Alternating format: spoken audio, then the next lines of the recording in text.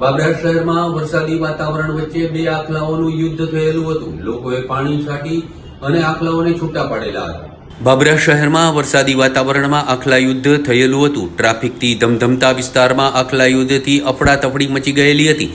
અવારનવાર આખલા યુદ્ધ સામે તંત્રની ચૂપગીરી લોકોને ભારે પડી રહી છે. 50થી વધારે આખલાઓ બાબરા શહેરમાં ગમે ત્યારે આતંક સર્જે છે.